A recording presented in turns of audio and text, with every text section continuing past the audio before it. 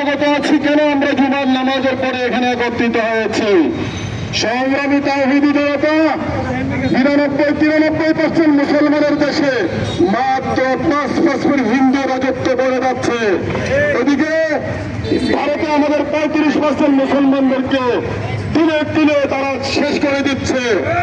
আমরা মুসলমান জাতি, আমরা শান্তির বিশ্বাসী, আমরা শান্তি বিশ্বাস করি, কিন্তু ইসকন মাত্র 5% হিন্দু, তারা ধীরে ধীরে আমাদের মুসলমান ভাইদেরকে ধ্বংস করার পায়তারা চালিয়ে যাচ্ছে। চট্টগ্রামে আমাদের ভাই আলিফকে হত্যা করেছে, হিন্দুত্ববাদী সন্ত্রাসীরা একের পর এক আমাদের বোনদেরকে দর্শন করে যাচ্ছে। কিন্তু আমরা শান্তিপ্রিয়, এই জন্য আমরা কোনো উচ্ছৃঙ্খলতা চাই না। আমরা চেয়েছিলাম ইসকন ছোটরাবে, কিন্তু ইসকন তাদের কোন কৌশল, অপকর্ম, অপকৌশল সবকিছু বাংলার জমিনে চালিয়ে যাচ্ছে।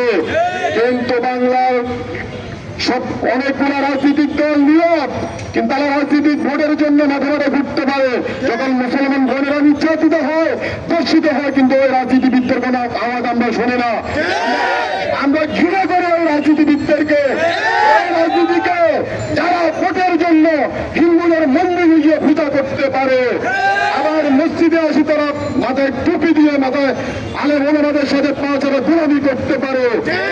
প্রিয় সাথী বন্ধুগণ, আমরা চাই আমাদের ভাই মহিবুল্লাহকে যেভাবে খুন করা হয়েছে, আমাদের বোন আইসিমণিকে যেভাবে ধর্ষিত করা হয়েছে, অচিরেই আগামী কিছুদিনের মধ্যে ইসকনকে বাংলাদেশ থেকে নিষিদ্ধ করতে হবে।